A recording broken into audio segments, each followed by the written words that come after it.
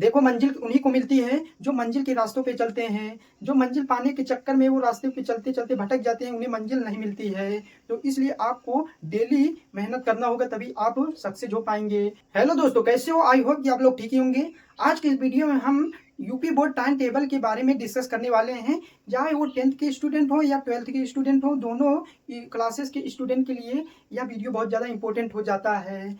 क्या आप यह सोच कर आए हैं कि हमें जो है क्लास 10th या 12th में हमें 95+ % चाहिए हमें? तो डोंट वरी, आज इस वीडियो में हम आपको टाइम टेबल यानी सीक्रेट ऐसे बताएंगे कि कैसे आपको इसे फॉलो करना है। तो आपसे यह निवेदन है कि वीडियो को फुल वॉच करना, शुरू से लेकर अंत तक देखना, तभी आपको समझ में आएगा। तो चलते बिना देरी किए अपने टॉपिक पर डिस्कस करते हैं। तो हम इस वीडियो में हम यूपी बोर्ड टाइम टेबल 2026-27 के बारे में डिस्कस करने वाले हैं। चाहे वो क्लास 12th के स्टूडेंट हों या क्लास 10th के स्टूडेंट हैं, दोनों क्लास के लिए यह वीडियो इंपॉर्टेंट हो जाता है। आप 9th से 10th में गए हैं या फिर 11 से 12th में गए हैं, तो आप सोच रहे होंगे कि पहले हम टाइम टेबल ढूंढ लें, कहीं से टाइम टेबल ले लें, लिख लें, तो उसी अनुसार हम पढ़ें। तो आपका यह सोच बहुत ही अच्छा है, क्योंकि टाइम टेबल से अगर आप पढ़ेंगे तभी आप सक्सेस हो पाएंगे हर एक सब्जेक्ट पे। देखिए, हर एक सब्जेक्ट में अगर आप समय देंगे तभी आप सक्सेस हो पाएंगे।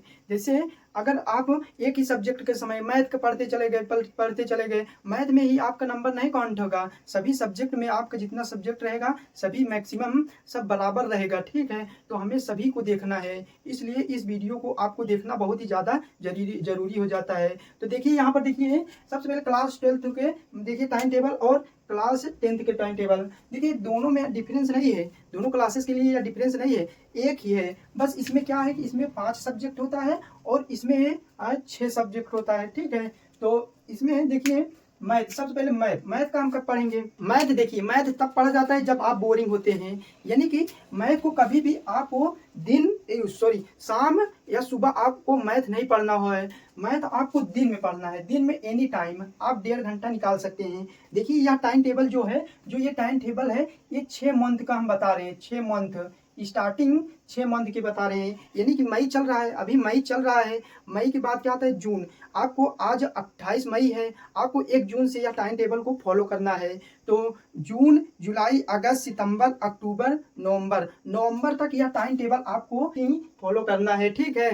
देखिए आप जो है कम समय में अच्छा पढ़ पाएंगे और अच्छा आप अपना स्टडी को आप हाई लेवल तक ले जा सकते हैं 6 मंथ अगर इस टाइम टेबल को फॉलो कर लिया तो। सबसे पहले देख लीजिए मैथ का हमने बताया कि दिन में एनी टाइम पढ़ सकते हैं क्लास 12th वाले, और इसे 1.5 घंटा शुरुआती के 6 मंथ में आपको 1.5 घंटा, ज़्यादा लंबा नहीं ले जाना है। अभी आप 1.5 घंटा, क्योंकि और सारा सब्जेक्ट है, सभी सब्जेक्ट को देखना है हमें, तो 1.5 घंटा हम मैथ को देंगे। इसमें क्लास 10th में भी दिन में एनी टाइम पढ़ना है, 1.5 घंटा आप दे सकते हैं दिन में। यानी कि हम एनी टाइम क्यों कहें? इसलिए हम कहें कि दिन में बहुत लोगों को काम होता है और स्कूल भी आपको जाना है। स्कूल जाते हैं तो आप जितना, मान लो 8 से 2 बजे क्लास यानी कि स्कूल है आपका, और 2 बजे आपका छुट्टी हुई, घर आए, तो आप उसमें से कभी भी समय दे सकते हैं, ठीक है? अपना समय निकाल कर 1.5 घंटा इसमें दे दीजिए। और मैथ देखिए क्लास 10th के भी इसी प्रकार होगा, ठीक है? अब हम सेकेंड केमिस्ट्री हमें दिन में नहीं पढ़ना है, ना दिन में ना शाम में। देखिए ये टाइम टेबल हमने फॉलो किया है, यही इसी आधार पर जिस तरह हम फॉलो किए हैं वही हम अपना एक्सपीरियंस आपको बता रहे हैं कि कैसे हम स्टडी किए थे क्लास 10th और 12th में। अभी हम बीएससी कर रहे हैं, ठीक है? BSc second semester. तो सेकेंड हमारा है केमिस्ट्री में शाम को 7 से 8:30, यानी कि शाम को 7 बजे से 8:30 बजे तक पढ़ना है। तो इसी में भी हमारा, इसमें भी हमारा 1.5 घंटा इसमें भी निकल गया, ठीक है? 1.5 घंटा इसमें भी हमारा निकल गया। अब देखिए, अब क्लास 10th के देख लीजिए, केमिस्ट्री वही जो समय ये है उसी समय इस पर भी चलना है, 7 से 8:30, 1.5 घंटा ये भी हो गया, ठीक है? ठीक, केमिस्ट्री हमें 7 से 8:30 पर हमें पढ़ के खत्म कर देना है, यानी कि 1.5 घंटा हमें शाम को केमिस्ट्री पढ़ना है, बस हो। अब देखिए फिजिक्स आप सुबह पढ़ सकते हैं, ठीक है? सुबह यानी कि 4:30 से 6 बजे, इसमें भी आपको 1.5 घंटा का समय मिल रहा है, ठीक है? तो हमारा कुल टोटल कितना घंटा हो गया? 1 2 3 3 1 4, 4.5 घंटा हो गया, ठीक है? 4.5 घंटा हो गया हमें मैथ, केमिस्ट्री, फिजिक्स, ठीक है। और क्लास 12th में भी देख लीजिए फिजिक्स, वही टाइम जो जिसमें क्लास 12th में दिए हैं वही टाइम हम क्लास 10th में दे दिए हैं, ठीक है। अब इसी पर आपको फॉलो करना है। देखिए शुरुआती में सबसे पहले आपको 6 मंथ आपको ज़्यादा से ज़्यादा आपको फिजिक्स, केमिस्ट्री और मैथ पर ज़्यादा टारगेट रखना है। और हिंदी, इंग्लिश आप जैसे पेपर आपका 1 महीना है तो हिंदी चालू कर दीजिए, ठीक है। अभी से आपको ज़्यादा हिंदी, इंग्लिश पर आपको ज़्यादा टारगेट नहीं रखना है, ठीक है, क्योंकि सिलेबस ज़्यादा ये होता नहीं है। ये इंग्लिश आप मान के चलो थोड़ा बहुत पढ़ ही लेना आप, बट जो है हिंदी रट्टा विद्या होता है। इसको रट के आप 5 दिन रट कर भी आप इसे पेपर दे सकते हैं, ठीक है। हमने तो 2 दिन में रट कर दिया इसे, क्लास 12th में हिंदी का पेपर 2 दिन में रट कर दिए और बढ़िया हमारा मार्क्स आया, ठीक है। इसी प्रकार हमारा फिजिक्स हो जाता है। फिजिक्स क्लास 10th के भी यही समय रहेगा, ठीक है। अब चौथा सब्जेक्ट है इंग्लिश। इंग्लिश हमें दिन में या स्कूल आप जाएंगे 6 महीने, देखिए 6 महीना आपको लगातार स्कूल जाना है, ठीक है। लगातार स्कूल आपको 6 महीना जाना है। फिर 6 महीने के बाद आपको बीच बीच में गैप करना है, ठीक है। जब आपका एग्जाम 1 महीना रह जाए तो आप स्कूल कम कर देना। जैसे 1 महीना आपका एग्जाम रह जाए तो आप स्कूल ना कहीं जाना, एक कभी कभार जैसे हफ्ते में 1 दिन चले जाना, बस यही आपको हम कहेंगे, ठीक है। क्योंकि इसी प्रकार हमने किया था तभी हम सक्सेस हो पाए, ठीक है। अब देखिए इंग्लिश हमारा दिन में और स्कूल में, दिन में यानी कि दिन में आप जब स्कूल से आएंगे दिन में कभी आप आधा घंटा दे सकते हैं। स्कूल में आपका क्लास आधा घंटा चलेगा, आधा घंटा 35 मिनट का चलता है जो भी चले।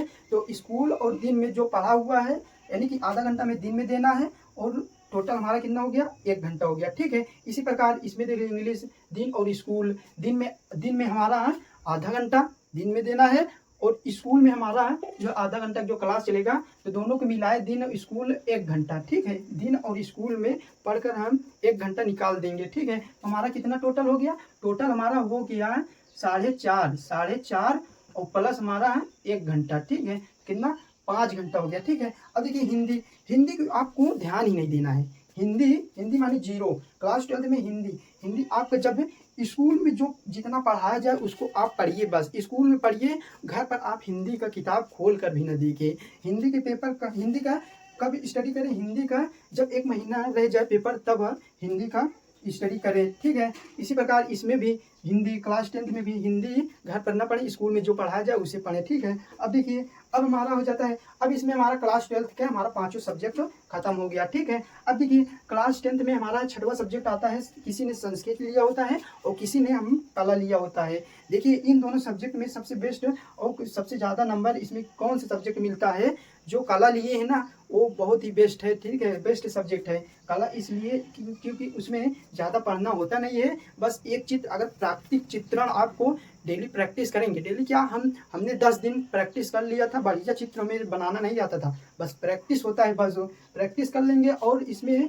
क्या होता है कि 20 आपका बहुविकल्पी MCQ, जैसे काला और पीला रंग मिलाने से क्या बनता है, यही सब आएगा, ठीक है। तो यही है आपका क्लास 12th और 10th का टाइम टेबल। इसी पर अगर आप फॉलो करेंगे तो आप बहुत ही अच्छा मार्क्स ले पाएंगे, आप अपनी लाइफ में सक्सेस हो पाएंगे, ठीक है। तो एक बार इसका स्क्रीनशॉट ले लीजिए। तो उम्मीद करते हैं कि यह वीडियो आपको बहुत ही ज़्यादा पसंद आया होगा। अगर वीडियो पसंद आए तो यार प्लीज़ यार सब्सक्राइब कर लेना, क्योंकि यार इतना 44 डिग्री गर्मी है। अभी मई का महीना चल रहा है, 44 डिग्री सेल्सियस तापमान पे अभी हम एक बंद कमरे में पढ़ा रहे हैं आपको। तो इसलिए यार रहम दिखाकर यार सब्सक्राइब और एक प्यारा सा लाइक कर देना। और हाँ, अगर कुछ डाउट होता है तो हमारे कमेंट में वो बॉक्स में आप उसका क्वेश्चन पूछ सकते हैं, ठीक है। तो चलते हैं इसी तरह मज़ेदार टॉपिक के साथ अगले नेक्स्ट वीडियो में आते हैं। तो थैंक यू, धन्यवाद।